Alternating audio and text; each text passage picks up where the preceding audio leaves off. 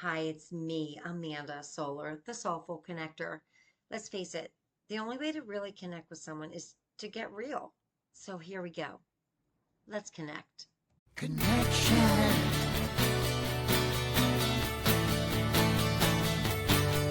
Let's talk about connection.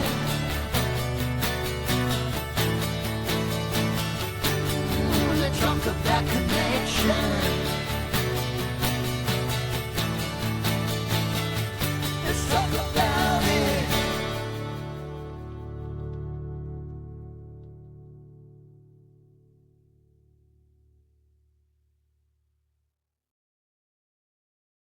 I am here with somebody who is so exciting to me, Eileen Martin. Eileen, before we even just begin, tell me where you are, where we're doing this, where you're recording this podcast, and why. Why are you there? Okay. I think I know why you're leading this question. I'm calling you from London, where I have been living since January. I am currently a graduate student at 58 in London, and I'm trying to move to Europe permanently. I didn't necessarily need another degree, but that's the only way I could get a visa for right now. And I sold everything I owned back in the United States. It took 3 bags with me, which was still too much crap. And am living more like most of the people of the world do now. I have to say, I was talking with a friend yesterday who's also 58, and she just got this whole new job, and she's driving across the country to pick up this new car for this new experience. And then I talked with somebody else later on in the day, and I'm like, what is it with all of us who are in our 50s and like kind of recreating ourselves? Like, what's that about? What do you think? Well, for someone like me, it's because none of the things I thought I would have in my life at 58 have happened, and no one's going to hand them to me. So Yeah. I've had to look at what I have remaining and how I prefer to spend it. I have to work probably until I get hit by that bus with my name on it. Um, but if I'm going to do that, I'd rather do it somewhere I want to be. And I want to try and do something that I think will make a difference in the world. And I want to learn as much as I can about the world. And I thought I'd maybe have a partner and get to travel. And those things aren't going to happen, but maybe I could travel with my job. And I wanted to do that in a country where I'll have vacation time. Because every time you change a job in the United States, the clock starts back, and it's like Yeah.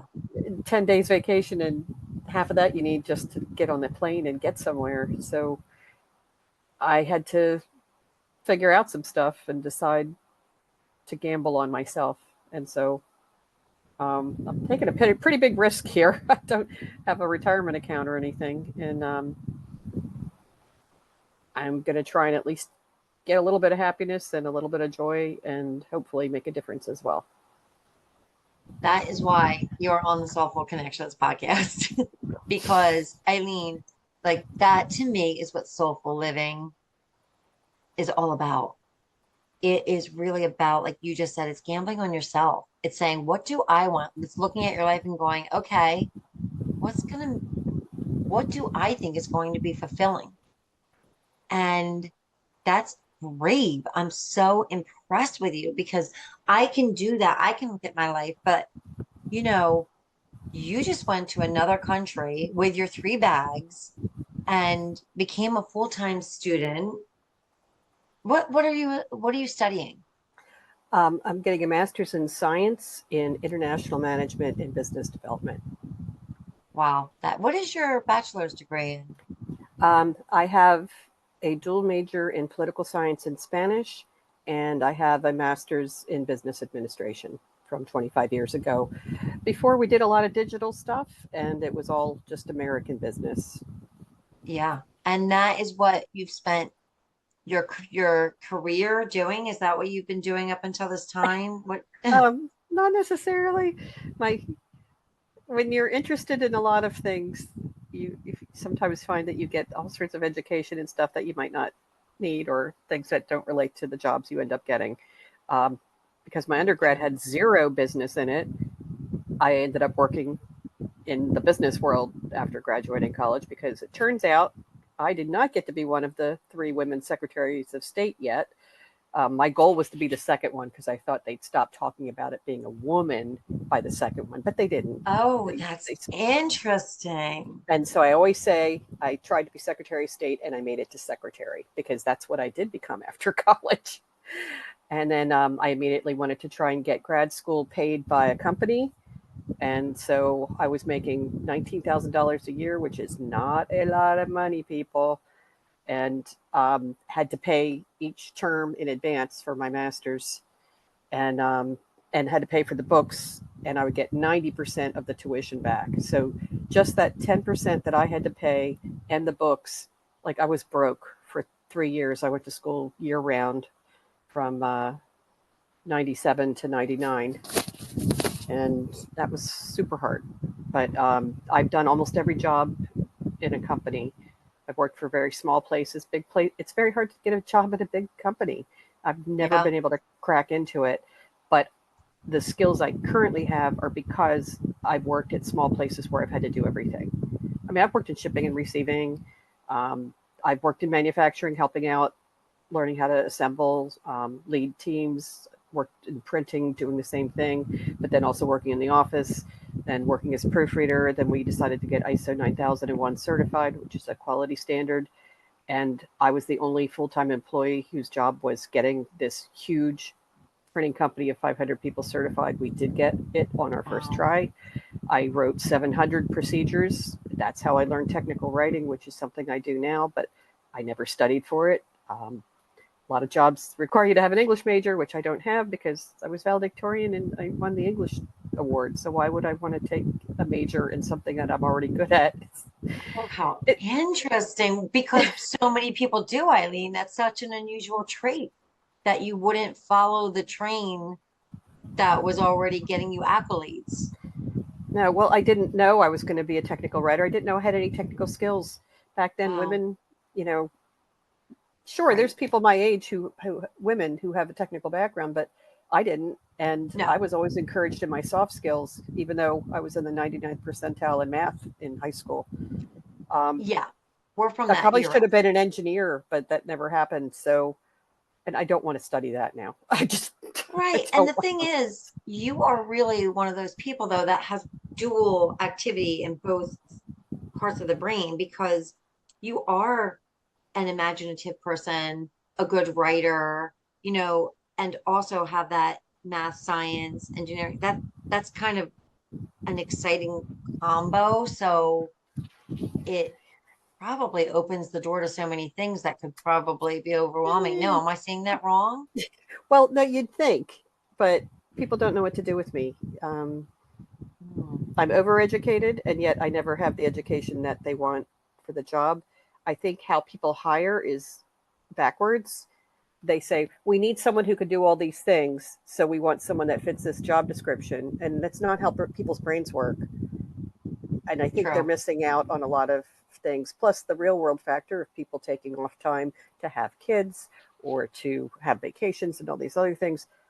I have a whole different approach. I come ready with this huge skill set that's a little odd, that could cover several different employees' jobs.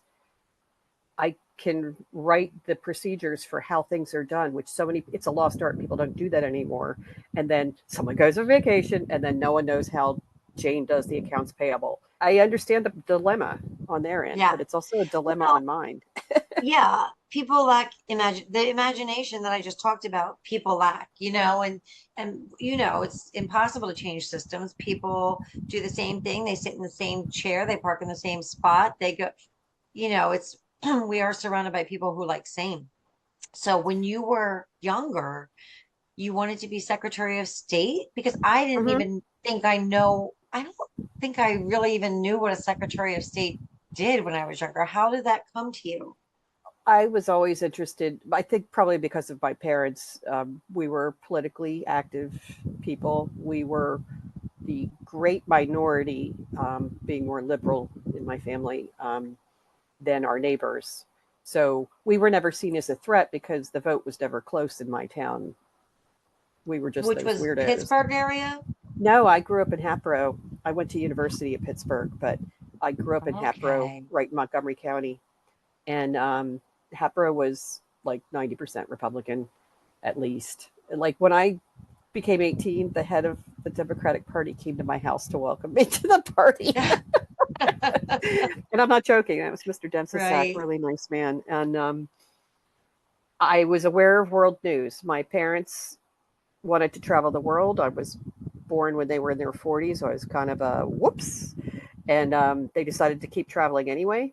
And so I often missed school and traveled with them. I was in 19 countries by the time I went to college. And Oh, back then cool. that was rare. Now kids travel all the time, but back in the 70s and 80s, Oh, that was rare. it was rare. Yeah. And Yeah. and I learned early that I loved meeting people from other countries and learning other cultures, and I learned respect for that, and it changed my worldview. I remember they voted in advance in 1976. That was when Jimmy Carter won, and we were in England, my first time in England, which is exciting because it's almost 50 years ago, and and we woke up our first day there, and Jimmy Carter was elected president. And people in England were asking us questions because we were Americans, and they were like, "Oh, so," and no one knew who Jimmy Carter was. Right. And um, it was exciting and different. And I remember on many of these trips, I was always very good with languages, and we were required to take 12 weeks of German, Spanish, and French in eighth grade. And then 9, 10, 11, 12, you could pick whatever languages you wanted. There weren't, there were really just those three: Latin and then Russian. Right. But I took Spanish for 4 years and I took Russian for 2 years in high school, which is very unusual. Yeah. And when we traveled, I would always speak the other languages for my parents because they were That's every phenomenal. everyone in my family is terrible with language except me. And So interesting. I remember being 15 and being in Spain and Portugal, and I never studied Portuguese, but I was able to communicate using my Spanish. And I thought, this is powerful. And this is, nowadays, I don't think kids would understand because they can just translate on their phone and do this stuff. But the Right. power that comes from actually knowing what you're saying and saying it to someone in real time, and the look of appreciation from people from other countries when you're making an effort. Like people would say, oh, the French hate Americans. No, they really don't. But I made an effort. I was there when I was 12. And then I was there when I graduated from my first master's at like 30. And then I was there a couple of years ago and I had actually learned a lot of French. But the first two times I just knew a little bit. Un peu. but Yeah. but you make a small effort and people are so kind and So helpful. true. So true. My And mom so and dad went to Paris and they said they were met with friendliness because they did. They would say like bonjour. And then, they could slip into English, but people really loved that attempt. And I still think, I mean, I know my kids when we travel, I always say if you know one thing, know how to say thank you in that other language. And because you're they going to get need Yes, you're going to need help. And even if somebody's serving you a food, you need to appreciate somebody and you need to do it in their language. Everything else you can, you know, that's a really powerful thing. So then you thought, okay, I can parlay this into a career. Well, I didn't even think of it as a career. I'm very hard on my sleeve and probably overly so and very idealistic. And I remember when, the peace talks with Sadat and Begin and then the Mm-hmm. assassination. And I also remember being in school hearing about the assassination and going, why is no one else upset about this? I think I was, Mm, it's maybe 13 or 14 or something. yeah, And some of the teachers were disturbed. Educators are usually into understanding the world as well. And the right. students weren't, nobody really cared. It's so far away. And I'm thinking, this is important for many reasons. And they really had covered some ground during the peace talks. And here we are all these years later, and it's still a horrible mess. That's right. And, Because and I'm just thinking, I don't know if everybody listening understands what you're talking about. And you're talking about the peace talks between Anwar Sadat, and Menachem Begin, right, which represented what? Israel and Egypt, and Right. that whole region. And it's, you know, surprise, surprise, it's still Yes, around. It's still a that's right. problem. And, you know, and I'm here in London, which is a huge city, and we have protests all the time. And I live in the middle of Haringey in London, which is the Europe's largest Hasidic Jewish population on all of Europe. The biggest one, by the way, is in New York, and next Oh, is Israel. interesting. And and of course, there's a lot of Palestinians, and there are protests. There, the people here. I'm friends with both sides here, and they are surprisingly, or not surprisingly, everyone here is so civil about it. Hmm. But they care, and they really see both sides. And I think it's in America, it's always so clear cut. We think Yeah, what right is, and we're not living it. We don't understand what people really go through. And so I always felt, because I traveled, that if I were to represent the United States in our foreign service policy, I'd have to know how the world works. And that's I really lived with, wouldn't that be great?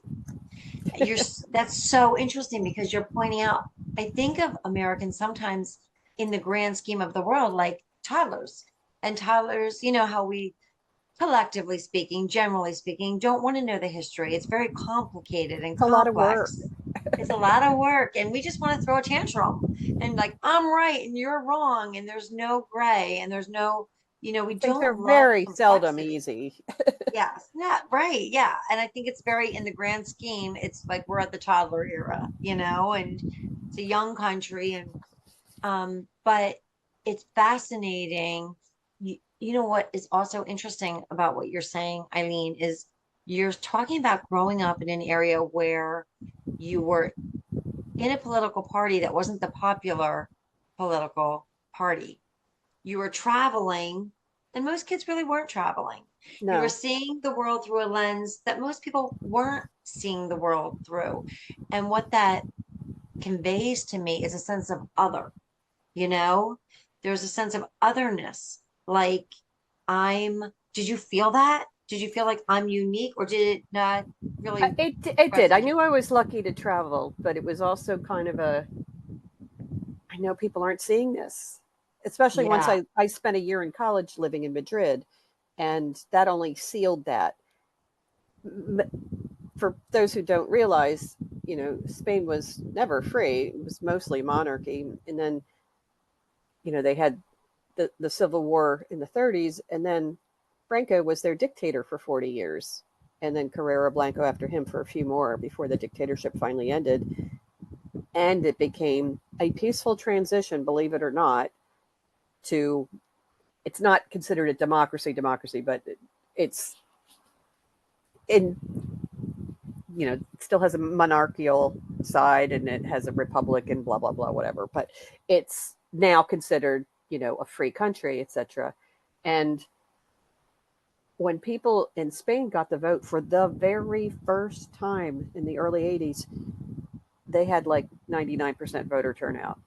And by the way, they didn't have polls like down the street where they'd only have to right. walk 5 minutes to vote. Some people would walk Oh, wow. 3 days to vote, 3 days to vote, because they finally had that privilege. I remember coming back to the United States, and I worked the polls for like 20 years I always for saw you elections. at the polls. And which is, not a fun job, 16 hours and people yelling at you and stuff. But I'd see in a non-election year, 20% voter turnout. Yeah, And even an election year, like, ooh, we got 40%. Like, that's and crazy. it always stood out to me how the Spanish people realized that they were given a gift and wanted to use it, and Americans were throwing it away. Now we're having Because higher we're voter turnout, toddlers, but people right? aren't doing the work and learning And learning about it. And about honestly, government, which it's is like, hard. it is. It's hard and Back to sometimes your boring. Yes.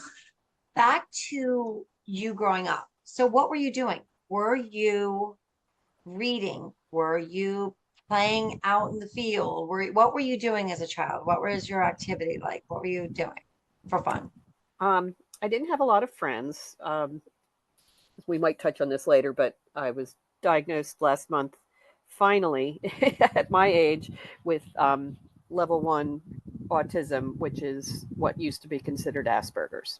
Okay, right. And I don't know how I made it through that, but I've always been socially awkward, a bit odd, and because I did so well in school, that's not seen as a problem. But then that also made me other, Yeah. because I got along with the teachers better than my fellow students, and I always just like learning. So I love reading books. I would read the books for the school year in the summer before school would start. Read the newspapers. I watched the news with my parents. We did a lot of things as a family to keep informed and to learn. I was influenced by them, which, better or worse, I think a lot of people, most people, you're going to have some default beliefs that are what your parents had. But I wanted to challenge myself in college and learn other people's opinions and, kind of spread that out. But I've always wanted to understand, because I've always wanted to be understood, and have usually felt Oh, not that's understood. interesting. So I think those things are related. But it always occurred to me that, if we were to have world peace, people need to understand each other better. So And we need peace to know how to begins talk and to with, listen. yeah, people in your life. And, I always think if I don't know, somebody said if you want to have peace, be peace, and we, it seems like an extension of you going, where are my people? Who are my people? And that sense of just as a young woman, did you feel like I'm not connecting, or did you not notice it? Like, how did that kind of level 1 autism rear its head in your younger life, do you think? Well, apparently my mother was always trying to help me get friends, which I didn't know the efforts she went to. I Yes. had I had a few close friends growing up, especially one who I love very much, who did Oh, not I go to love my it. school, which was tough.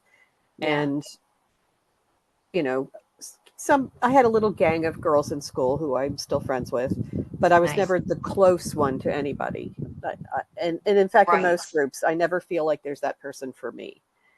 Yeah. Or if there were three people and two had to do something, I'd always be the odd man I out, get that. Yeah. and Yeah. I always was, and so that Yeah. part is rough. Yeah.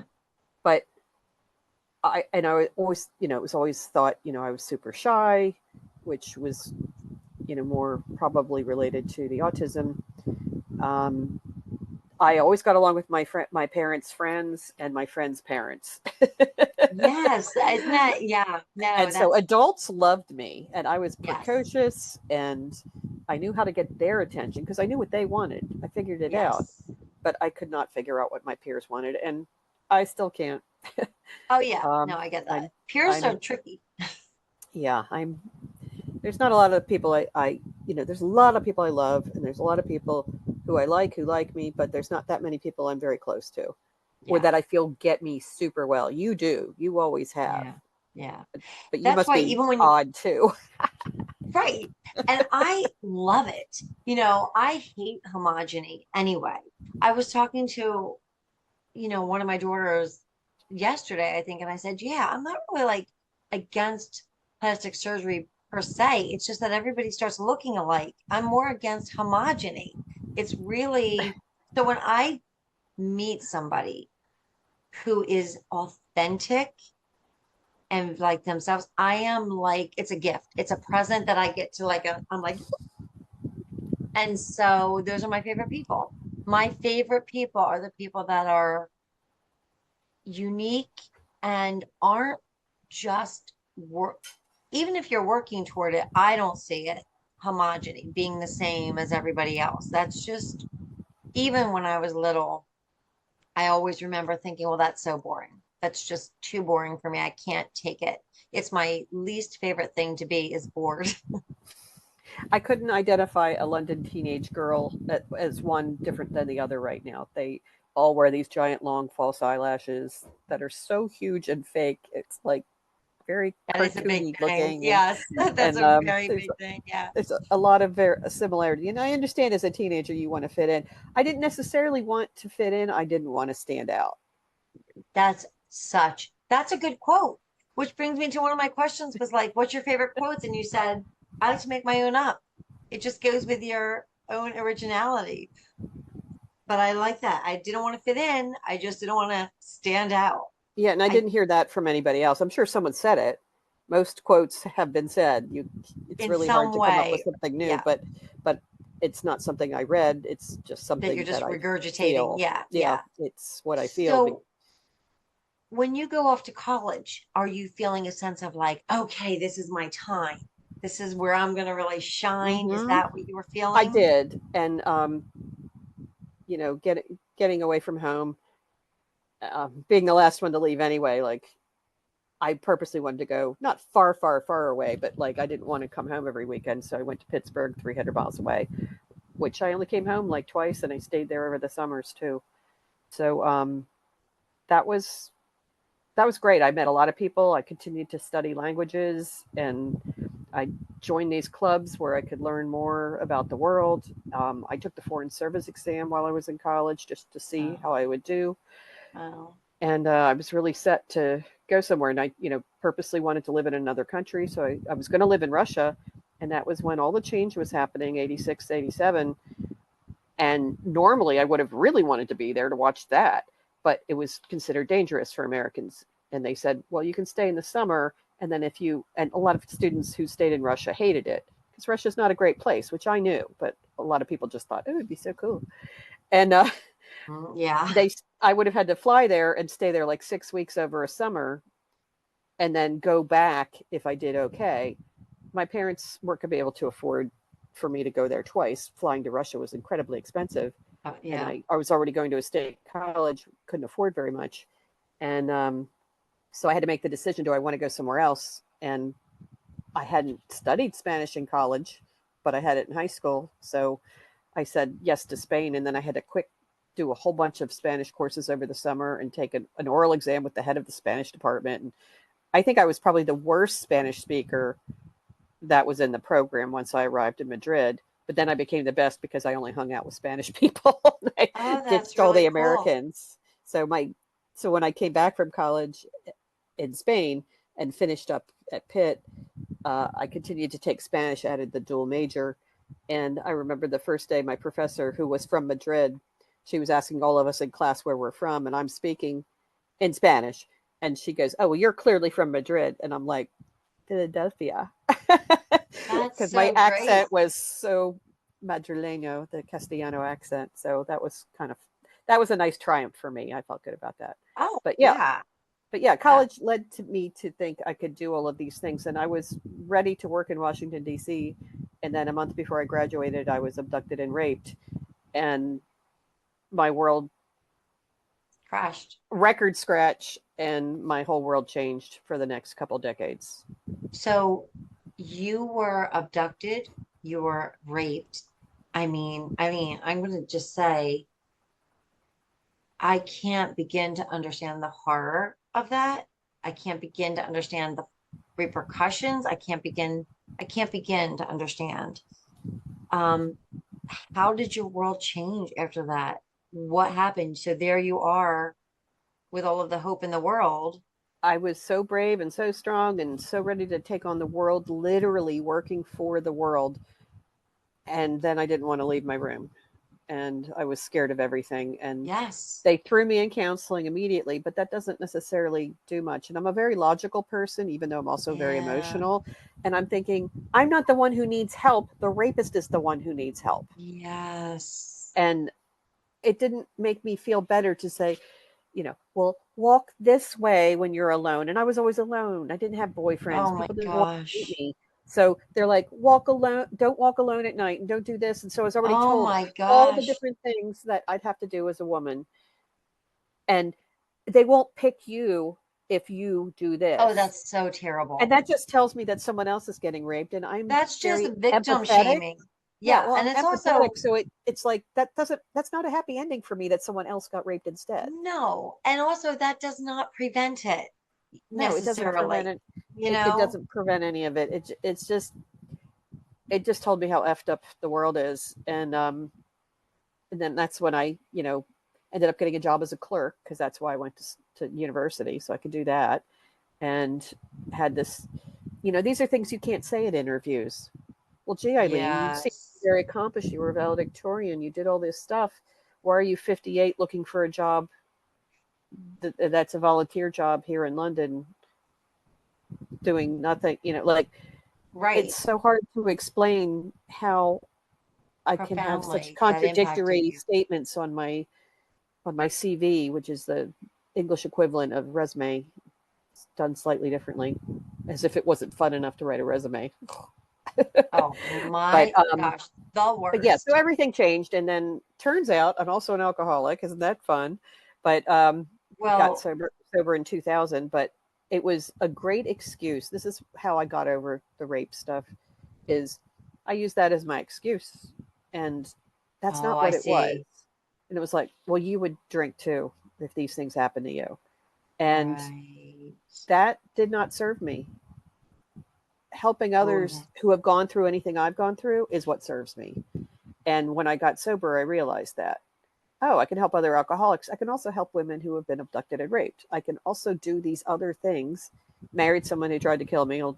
We'll skip over that one, but I did eventually work for a woman's place as a volunteer, but whoa. on the board of directors. But it's learning how to make something good out of something bad, which sounds like a soulful connection kind of thing. But it's Yeah. real taking those moments that I can authentically understand. And I learned in AA that because it's one alcoholic helping another alcoholic, that like, oh, so someone who suffered domestic abuse can help another person with domestic abuse, or someone who was raped can help another person who was raped. And it taught me that everything in life can still serve a better purpose. Mm-hmm. Also, that I'm Yeah. not the only one who's ever suffered anything. Well, And that's the other thing. That there's something, and that's the connection part, because there is something powerful about somebody saying, me too.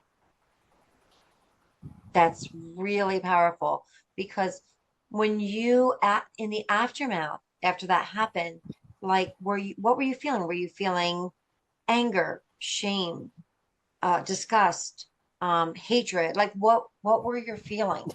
Were you yes, not all of all those. of the above? Yeah. And did you I felt like hopeless. men?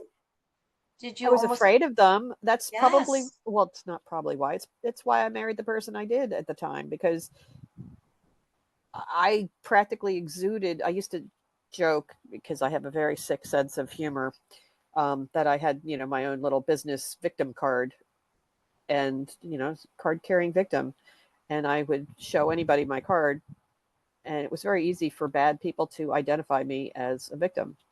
Wow. I made it so easy, It, how? just by first by being overtly honest, which again probably has a lot to do with the autistic stuff. And I didn't Yep. understand that. I was always been Yes. an oversharer. I look back in my high school yearbooks, and people would sign things like, "You always said the thing I wanted to say but was afraid to," and then all I would think is, "Oh yeah, that's probably the thing I shouldn't have said, but I did." Right. Like You didn't even know you were supposed to be afraid to say it. Right. I would say inappropriate things, and they were the truth, but Which is what I love about you. like I your baby's ugly, like right. I would not, I would lie about that. I knew how to do that early on, tell them the baby's you talk No, about but that I in the get what car you're on the way saying. home. But yeah, I ugh, I was all of those things. So you have this horrible, violent experience. You have the shattering of your plans and your dreams. You Mhm. have a relationship that is just feeding all of those already existing fears that you have within yourselves and is more assault. You just uncover or not even uncover, you experience alcoholism within yourselves more active More at the like time.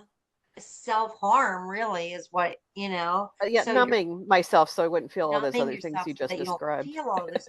How on earth, like, what made you go, okay, I'm gonna actually turn this around? Like, how did somebody step in? Like, what was it? How did you I change? wish I wish I had done something of my own there, but I am grateful, even though it has caused me endless red tape even to this day. But I got 2 DUIs, and I'm grateful because those also required me to get help. Wow. Yes. And you learn in the DUI world, it's like a giant fish net, and it's really hard to catch people in it. Most people don't get caught drunk driving. There's so many drunk drivers out there, Oh, and yeah. so if you get picked up twice, you probably have a problem. It was 5.5 years apart. It was very hard for me to get my visa to come here and study because Still, Pens- even though this was Pens- years because ago. because Pennsylvania, unless you get rid of that first DUI, um, with the only way that they have for that, and it's a 7 year process, and you pay a lawyer and all sorts of other stuff. And I had gotten the second DUI before that 7 year period. So my chance of getting it off my record stays forever on your record in Pennsylvania. So warning to anybody in Pennsylvania, just don't get a DUI because it Yeah. doesn't go away. It doesn't. And I Yeah. have to report it as someone who was coming here to study. And my first university choice rejected me because of the DUIs because they didn't believe I would get the visa. They didn't think the government would pick me up for the visa, which they did, by the way. But I'm now going to the school I did not want to go to as much. Talk So about still having to affected. overcome. Eileen Martin.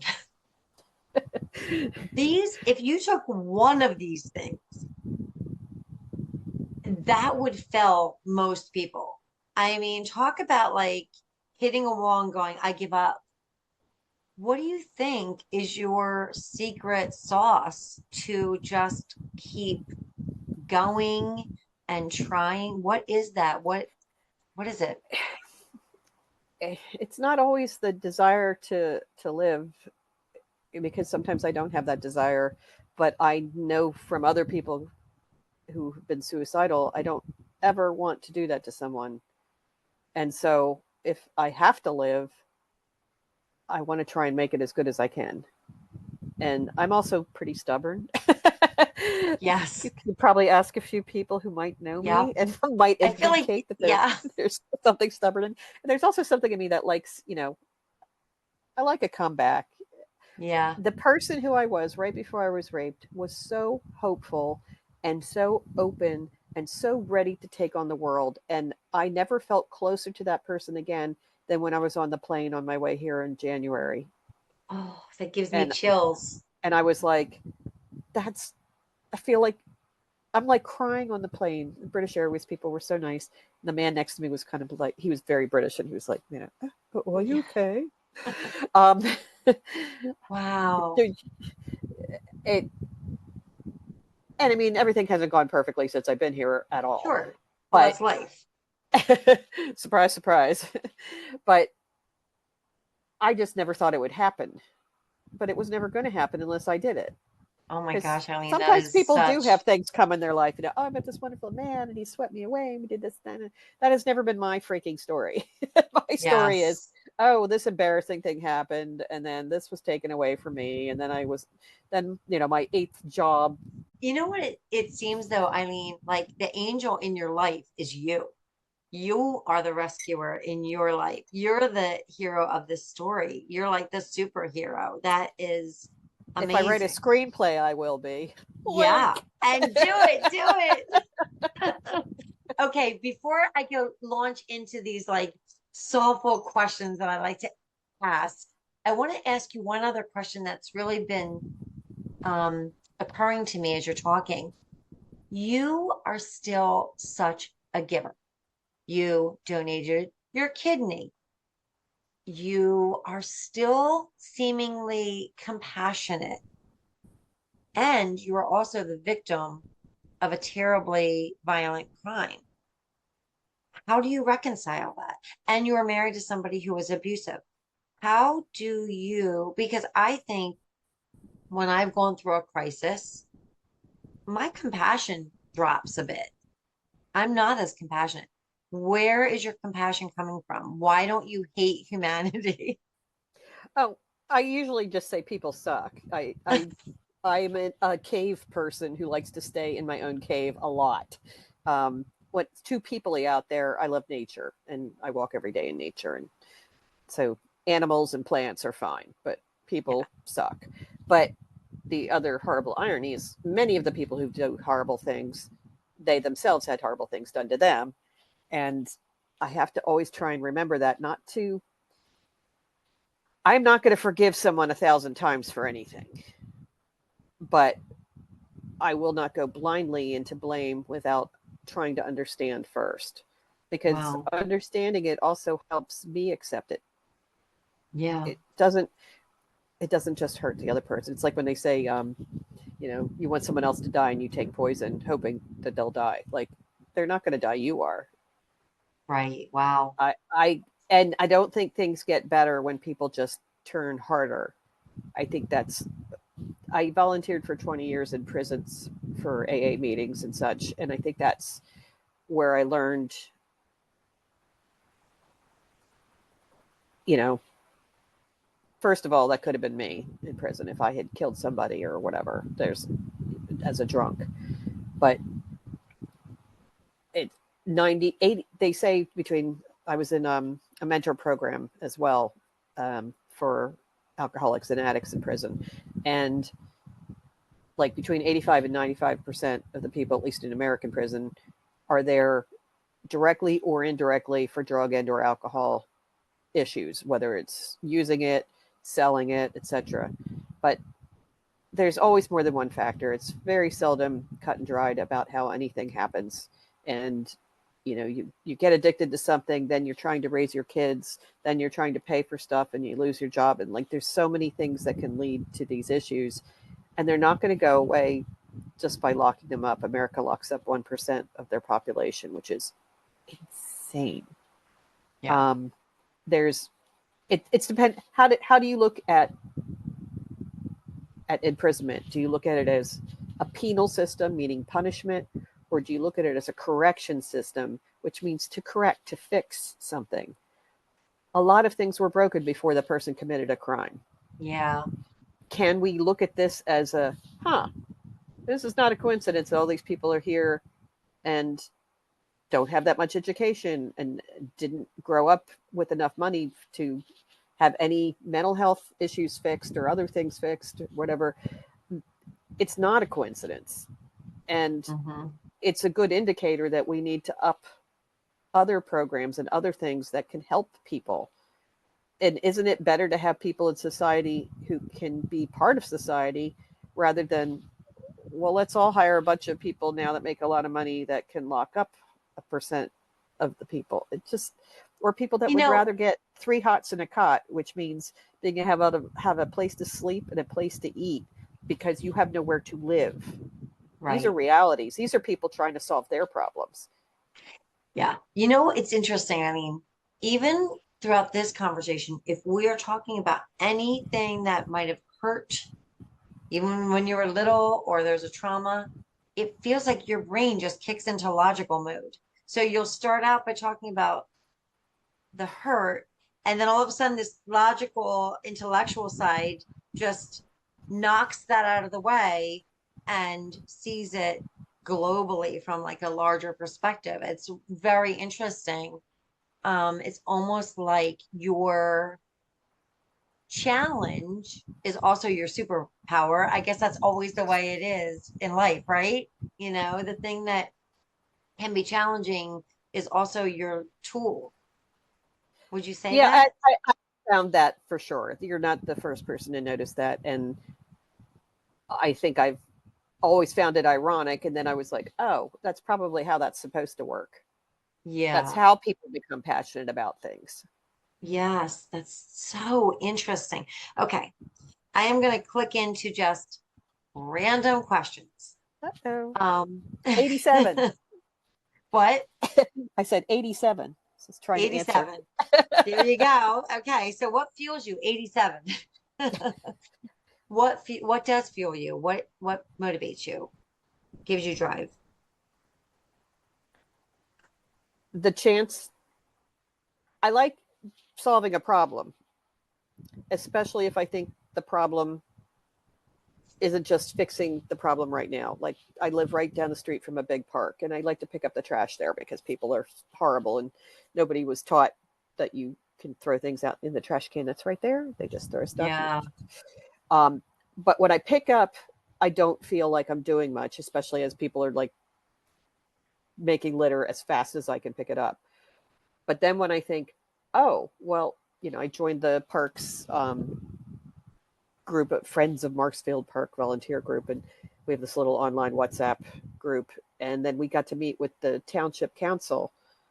And then I thought, oh, well, maybe I can work with the school down the street, and then maybe I can do, a little assembly or something to get kids more interested in how we keep our community clean, because I don't see adults picking this up. I see this as something that I've seen kids watch me pick up trash, because I did this a couple of years before COVID. I did it for a year as a challenge to myself for a New Year's resolution. I wanted to pick up 100 pieces of trash every day.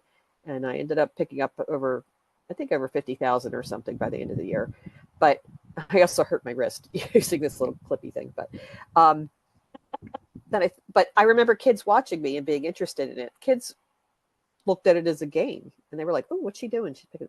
And so I got the little trash picker uppers at the dollar store, and then I'd buy a bunch of them, and I'd always have some extra on me, and I'd give them to a kid who seemed interested, and the parents would be excited, and then the kid would start picking up stuff, so I thought, here I've also seen kids be the only ones who look at me like I don't have three heads when I'm picking up trash. They're like, They get it. oh, look at that. That's kind of cool. And they want to play because I'm doing a game.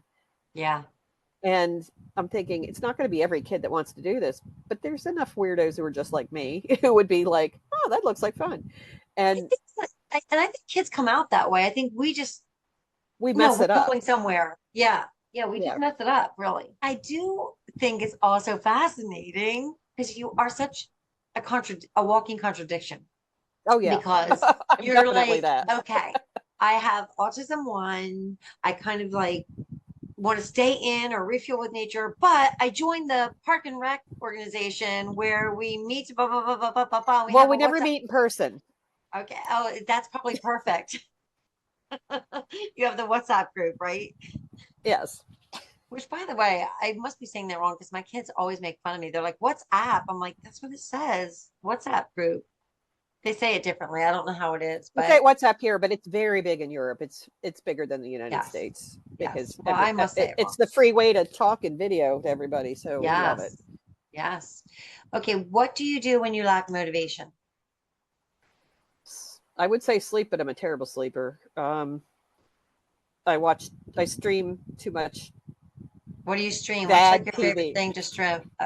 What is it? Go ahead, tell me. Is it What they call Housewives of Beverly Hills? your guilty pleasure music, or like. I watched the old Degrassi stuff. Oh, that's cool. Canada. I remember.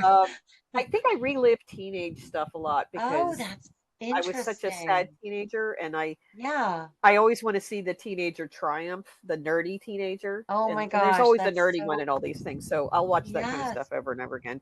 Then I watched like Downton Abbey, and I have my stuff. Now I actually like Star Trek. Like I am that nerd that I didn't know I was back then, because Star Trek was so boy related, because the girls were always just the sexual fantasy, and the guys were always in charge. And now the Star Treks feature everybody, and I'm gonna have to watch them.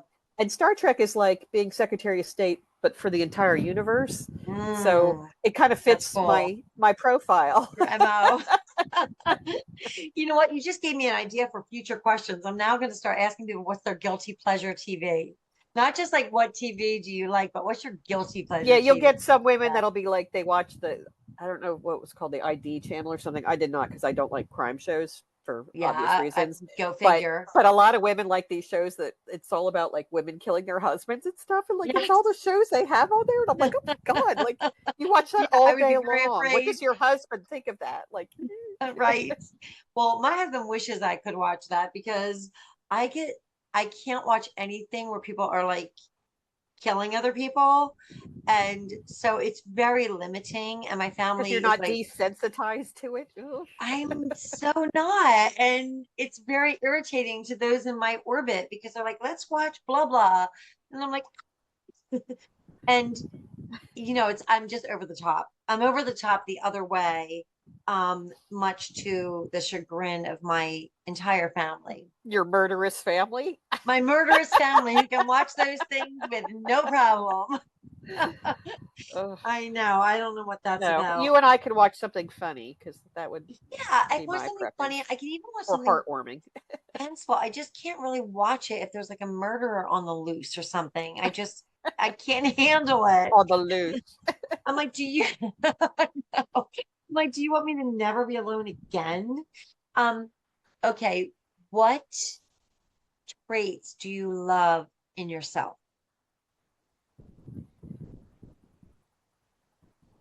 I I am always uncomfortable with that, but Yeah. um, I know I'm smart, but I've gotten a lot of crap from people who say I talk too on too high a level or something, and that I'm trying to show off. And I think that's another autistic thing that I really didn't No, realize. I think some people, But that's not you, that's them, Eileen. That is not another autistic thing. You talk perfectly and you are informational and it's interesting and insightful to hear you. So if somebody ever says that to you, just know they have an issue, an insecurity. If you talk to me and I don't understand it, I'm going to say, Eileen, can you explain that to me? Because I don't understand it. So it's never you, it's the person, because I'm just telling you. So anyway, go on. right. I do like that I like to donate blood. I'm trying to get to donate that here now. I wish more people would donate blood. Can somebody listen to me? And I don't think Oh I've ever my gosh, influenced Eileen. one person to donate. Well, I can say that I have asked the question, what do you love? What trait do you love about yourself? And no one has ever said, I love that I love to donate blood. You are the first. I'm sure So, I'm the first in a lot of weird things. yeah, you, Um, I I love that I'm not judgmental. Or at least I certainly try not to be. hmm yeah, I have a lot of friends of all stripes, and I like to listen to people's problems and genuinely see if I can do something. Um, I think I'm a good friend. yeah. So I guess that's a trait I like about myself. What trait do you love in other people? I love kindness. When I see someone being kind, especially if they don't know they're being watched, anything you do as your authentic self that where you don't think somebody knows they see you and you're doing something good, I'm like, that's a good person. Oh, Um, nice. I like catching people being good. Um, I like fairness. I like. I do like seeing originality and creativity. I mean, I don't have any one of those gifts in a big epic way like painting or singing or anything creative like that, but I can really appreciate them. So someone who has an artistic nature and is making the world more beautiful that way, I just really love that. um, the uniqueness that one individual can bring to something, because that tells me there's a reason for all the different people in the world. 100%. um, And you have that in the way you think and the way you talk. That's your creative act, you know? It's the intriguing way that you see people and the world in which you live is an explosion of your own creativity. That's fun to watch from the outside looking at you, you know? So what gets in the way of just you kind of living your best life or living the life that you want to be? What are the things that just jump in your way?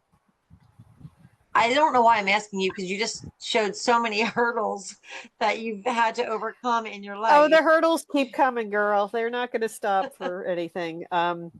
I've always had the insecurity, not just of not being able to do something, but of literal needing security, job security. I never have Mm, job security. yeah, Because I've had to do most things on my own.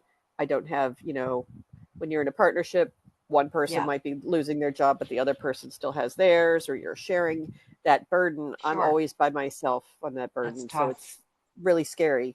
Where am I going to live? How am I going to pay for Yes. this? How am I going to get a job in England? And then if I have to move back Yes. to the United States, now I have to live somewhere again, and now I don't have anything, and I have to buy it all over again. And Hmm. and you know, and how am I going to take care of myself when I get older, because I'm probably still going to be alone. Yeah, I'm that's really hard. so I don't think I've been able to, and will I ever get the chance to get a job that will make the best use out of me? Because I don't even know if that job exists, if I not mean, I how I've have to ever. believe that's out there. Yeah, because come on, people, like it's not successful doing it. That's why people are constantly hiring, you know, because Yeah, it's not there's successful the needs, other and they're way. they're not. They keep trying the same thing over and over again. Yeah. The definition of insanity. But If your life, Eileen, were a book, which by the way, it should be, you should be in all your free time, of which I know you're studying, etc. But you should be writing a book or a screenplay because my gosh, there's your job, you know? yeah, but I'm not allowed to have that for England. I can't earn money that way. It has to be through a sponsored company. Well, maybe you can write something, finish it, and get it published. Yeah, that's Because your still called story earning is, money, but yeah. yeah. Oh, okay. So if your life were a book, what would the message be? I want it to have a happy ending for me. That's Yes. like if I can't write the happy ending, who the hell's going to do that? Like I'm the one who knows exactly what I need to make the happy ending. And I Yes. and really I would accept very little to have a happy ending. There really isn't And what much is I that need at happy this point. ending? Like, what does that happy ending look like? I want to know I was genuinely loved by somebody, and not just my friends. I'm not going to say that's a nothing. It's a wonderful No, I thing to have friends. understand. I want to have romantic love at least once, where it wasn't a lie, where they didn't cheat on me or try to kill me, and where I love them. I would love to experience that. I don't need that Yes. for 50 years. I would be I, happy to I, I know get it that. genuinely happened. I want that experience because I think I'm so used to crumbs. I really think I could make the memories last me the rest of my life Hmm. if they were Yeah. genuine memories. Um, Well, I think that that is what life is. You know what I mean?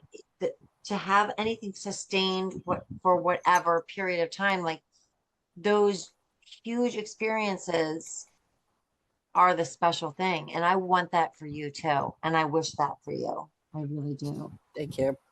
Um, Eileen, I think you are a glorious human being. And I hope that somebody listens to this and has that job and says, oh my gosh, Eileen, you would be perfect. But what I do yeah, know is that people will listen to this and see themselves reflected in parts of your story. You know, our stories are our own, and there's not one whole story that fits exactly everybody else. But certainly, there are so many pieces of your story that we can relate to and feel less alone, more connected, and inspired to overcome our own stuff, it's our that gets shared thrown at us. humanity. Yes, yes, that's really powerful.